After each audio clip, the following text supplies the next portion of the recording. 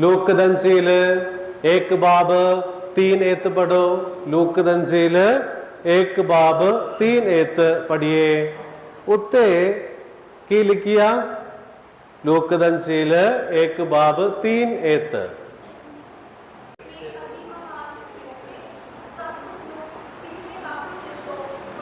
हाँ, कौन है? कौन है?